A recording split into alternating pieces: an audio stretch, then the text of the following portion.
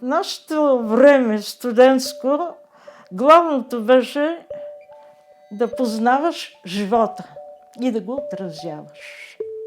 Да, и то в аспекта, нали, на оптимистичната прогноза. Сега на последно време няколко илюстрации правя за една книга, която сега предстои да излезе. И то за втори път рисувана преди 50 години. Така че паметника пред НДК е с моите работи направени, а и много от тях отхвърлени преди това. И до сега, да ви кажа, сутрин, когато се събуда, първото ми желание е да отида да седна на масата, нещо да видя, да си продължа работата. Това е то социалистическия реализъм. Не е така, но той трябва да подсказва, че ще бъде иначе. Никой не знае за това. Днеска като решава съдбата му на паметника, никой не ги знае тези неща.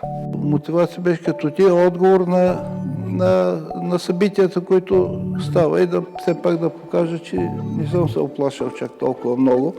Художникът беше задължен да рисува просто едни неща, които му се диктуваха. Това е една атмосфера. Спускаха се проблемите, спускаха се задачите централно.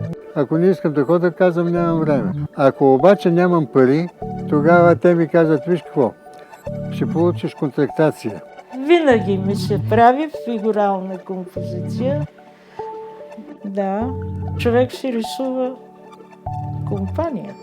И тогава имаше бой на вратите на художествената академия, да се влиза в академия.